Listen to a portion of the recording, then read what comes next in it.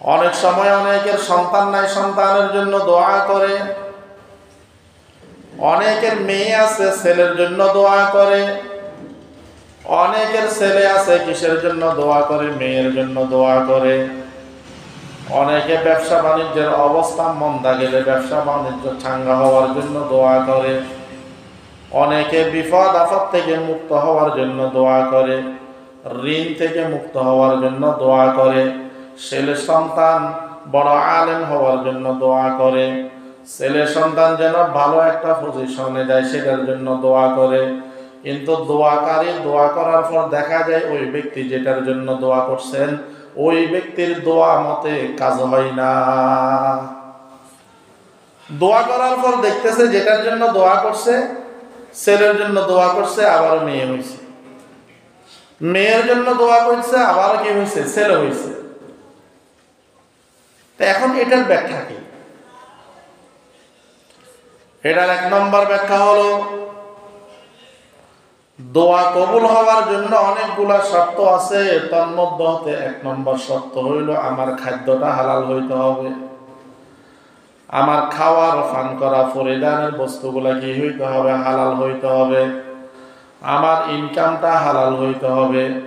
কারণ হাদিসের মধ্যে নবীজি সাল্লাল্লাহু আলাইহি ওয়াসাল্লাম বলেন, ক্বালান নবী সাল্লাল্লাহু আলাইহি ওয়াসাল্লাম লা ইয়াদখুলুল জান্নাতা জাসাদুন গুযিয়া বিল হারাম।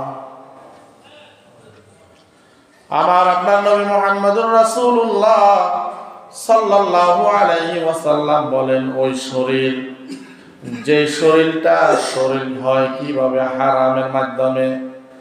হারাম খেয়ে খেয়ে যে শরীরটা দিন বদিন কি করতেছেন? বড় হইতেছে, বয়স বাড়তেছে, ওই শরীর কখনো জান্নাতে প্রবেশ করবে না।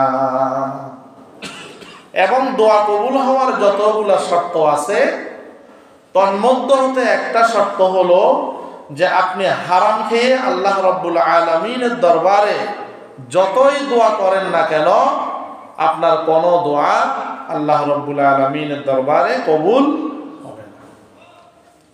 যদি দোয়া কবুল না হয় বুঝতে হবে আমার মনে হয় ইনকামটা কি হচ্ছে না, বৈধভাবে হচ্ছে না, অথবা আমার রোজগারের মধ্যে হালাল হারাম মিশ্রণ হয়ে গেছে, যার কারণে আমার দোয়াটা কবুল হচ্ছে না। এখন প্রশ্ন হলো যে আমার ইনকাম তো হালাল, আমার ইনকাম কি হালাল, কিন্তু এরপরেও তো হুজুর দোয়া করে কাজে আসে না। এই ব্যাপারে তিনটা মত আছে। এক নম্বর মত, আমি যে বিষয়ের জন্য দোয়া করলাম আল্লাহ রাব্বুল আলামিন ওই বিষয়টা আমাকে দিয়ে দিবেন। ছেলের জন্য দোয়া করলাম, ছেলে দিয়ে দিবেন। মেয়ের জন্য দোয়া করলাম, মেয়ে দিয়ে দিবেন। ব্যবসা বাণিজ্যের উন্নতির জন্য দোয়া করলাম, ব্যবসা বাণিজ্যের উন্নতি বেড়ে যাবে। আর সন্তান ভালো পজিশনে গিয়ে চাকরি পাওয়ার জন্য দোয়া করলে সেটাও হয়ে যাবে। বিপদ থেকে মুক্তি পাওয়ার জন্য দোয়া করলে বিপদ থেকে মুক্ত হয়ে যাব। এটা হইল একটা।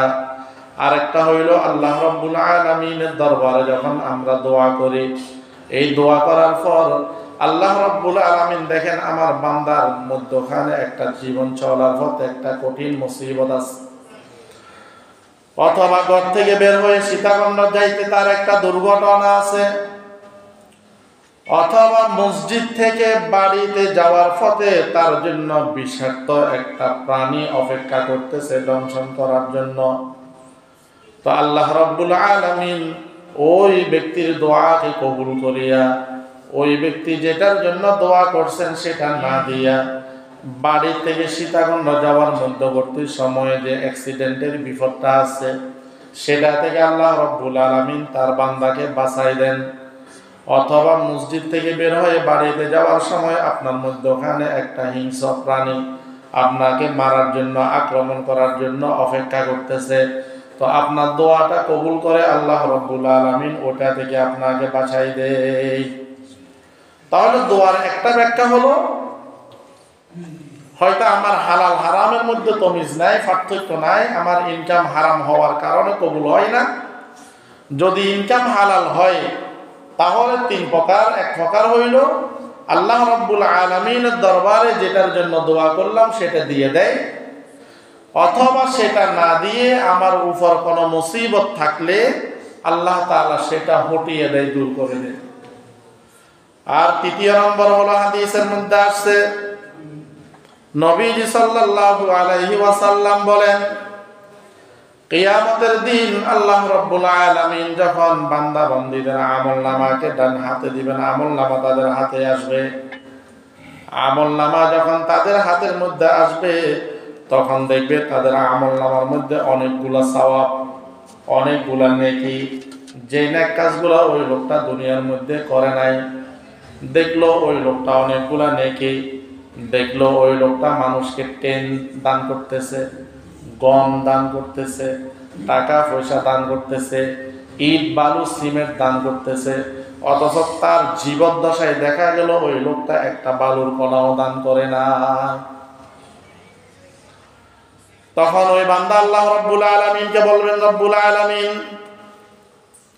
এই নেকের কাজগুলো তো আমি করি নাই, সওয়াবগুলো কোত্থেকে আসলো? আল্লাহ রাব্বুল আলামিন বলবেন, বান্দা তুমি দুনিয়ার মধ্যে সন্তানের জন্য দোয়া করছো, তুমি দুনিয়ার মধ্যে ছেলের জন্য দোয়া করছো, মেয়ের জন্য দোয়া করছো, ব্যবসা বাণিজ্যের উন্নতির জন্য দোয়া করছো, বিপদ থেকে মুক্তির জন্য দোয়া করছো, সন্তানদের জন্য বিভিন্ন ভাবে দোয়া করছো। তুমি যেই দোয়াগুলা করছিলা দুনিয়ার মধ্যে তোমাকে না দিয়ে, মুসিবত থেকে না হটাইয়া, মুসিবত থেকে মুক্তি না দিয়ে, বরং এই নেকিগুলা আমি তোমার জন্য আজকের জন্য লিপিবদ্ধ করে রেখেছি। তখন হাদিসের মধ্যে আসছে, ওই বান্দা আফসোস করে বলবে, আহা, দুনিয়ার মধ্যে যত দোয়া করছি, ওই দোয়ার ফলগুলো যদি দুনিয়ার মধ্যে না দিয়ে আল্লাহ রাব্বুল আলামিন যদি আজকের জন্য রেখে দিত, কতই না ভালো হতো, কতই না ভালো হতো। তো এখন প্রশ্ন রাখতে পারে যে হুজুর, এটা তো দোয়ার নেকির কথা না বললেন, মধ্যখানে ইট বালু সিমেন্ট রড ইট, এরপরে টেন চাল ডাল গম তেল এগুলো ঢুকে দিচ্ছেন, যে কারণ কি? এটারও একটা কারণ হলো, সেটা ভিন্ন বিষয়ে আলোচনা হইলেও প্রসঙ্গ আসছে বলে, আমার সমর্থন নিয়ে একজন ব্যক্তি যদি কোনো একটা নেকের কাজ করে, ওই লোকটা নেক কাজ করে যেই পরিমাণ সওয়াব পাবে, আমি আর আপনি ওই লোকটাকে সমর্থন দেওয়ার কারণে ওই লোকের নেকের যতগুলা কাজ আছে তার একটা অংশ আমার আর আপনার আমলনামার মধ্যে জমা হবে। যেমন ধরেন, আপনি আপনার এলাকার মধ্যে একজন লোককে মেম্বার বানাইলেন, যিনি সৎ যোগ্য, তো বানানোর পরে আপনার ভোটে ওই লোকটা নির্বাচিত হয়ে সরকারে বিভিন্ন ত্রাণ আসছে, টেন আসলো, টেন দান করলো, গম আসছে, গম দান করলো, চাউল আসছে, চাউল দান করলো, তেল দান করলো, রাস্তার কাজ করলো। ওই লোকটা যতগুলো নেকের কাজ করবে তার একটা সওয়াবের অংশ আপনি যে তাকে সমর্থন দিয়েছেন, আপনি যে তাকে সমর্থন দিয়েছেন তার একটা অংশ আপনার আমলনামার মধ্যে আল্লাহ রাব্বুল আলামিন লিপিবদ্ধ করে দিবেন। قال النبي صلى الله عليه وسلم الدال على الخير كفاعله। আপনি যদি একজন মানুষকে ভালো কাজের পথ দেখান, ওই লোকটা ভালো কাজ করে যে ফল পাবে তার একটা অংশ আপনার আমলনামার মধ্যেও কি হবে? জমা হবে।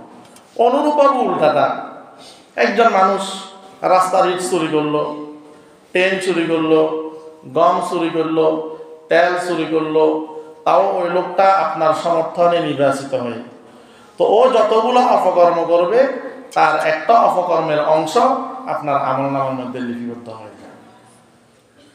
এই জন্য বলতে চাইছিলাম, দোয়া আমরা যে আল্লাহর দরবারে দোয়া করে যদি কবুল না হয়, দেখবো আমার ইনকামের মধ্যে কোনো গন্ডগোল আছে নাকি, আমার মালের মধ্যে কোনো সমস্যা আছে নাকি, সেটা দেখবো।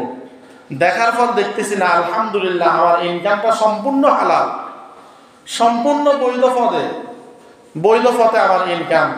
তখন দোয়ার আমরা তিনটা প্রকার নেব। একটা হইল যেটার জন্য দোয়া করলাম সেটা কবুল, 2 নম্বর হইল যেটার জন্য দোয়া করলাম সেটা না দিয়ে আল্লাহ তাআলা আমার উপর থেকে বিপদ হটাই দিবেন। আর 3 নম্বর হলো, আমি দোয়া করলাম সেটাও কবুল হলো না, বিপদ থেকে আল্লাহ রাব্বুল আলামিন আমাকে মুক্তিও দিল না, তো ধরে নেন এই দোয়াটা আপনার জন্য কিয়ামতের কঠিন ময়দানে নেকি হিসেবে আপনার পক্ষে কাজ করবে। আল্লাহ রাব্বুল আলামিন আমাদের সবাইকে বেশি বেশি আল্লাহ রাব্বুল আলামিনের দরবারে দোয়া করার তৌফিক দান করুক, আমিন। আমরা যারা কবলা জুমা পড়ি নাই স্যার জায়গা কবলা জুমা পড়ি নাই।